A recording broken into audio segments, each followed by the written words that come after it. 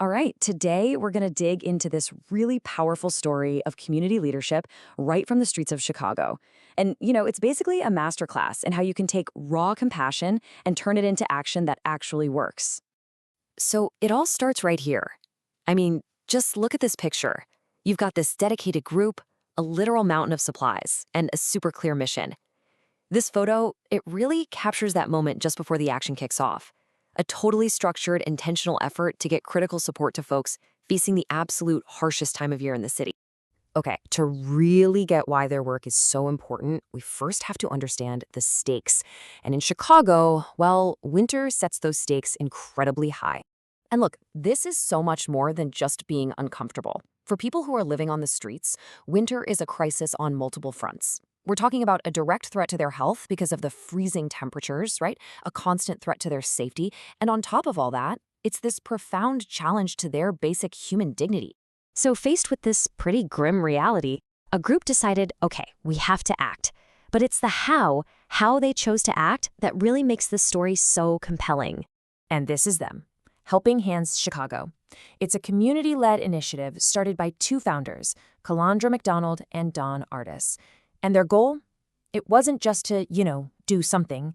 It was to provide direct and, this is the crucial part, respectful support.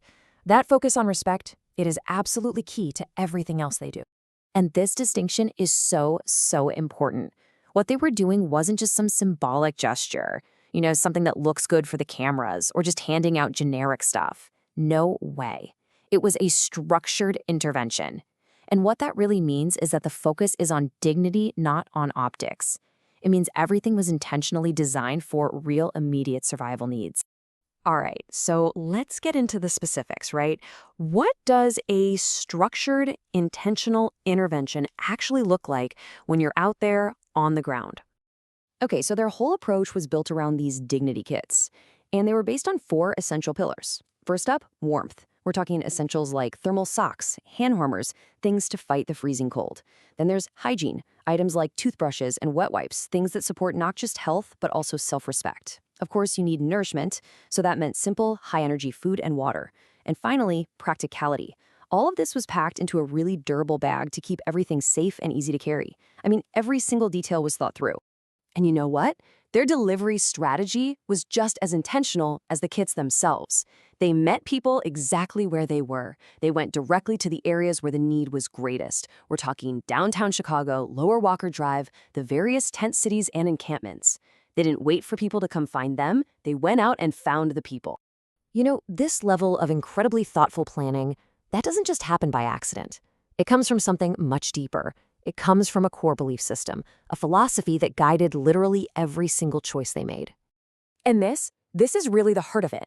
Their entire leadership philosophy is grounded in one powerful, simple idea: the huge difference between supporting someone and trying to fix them.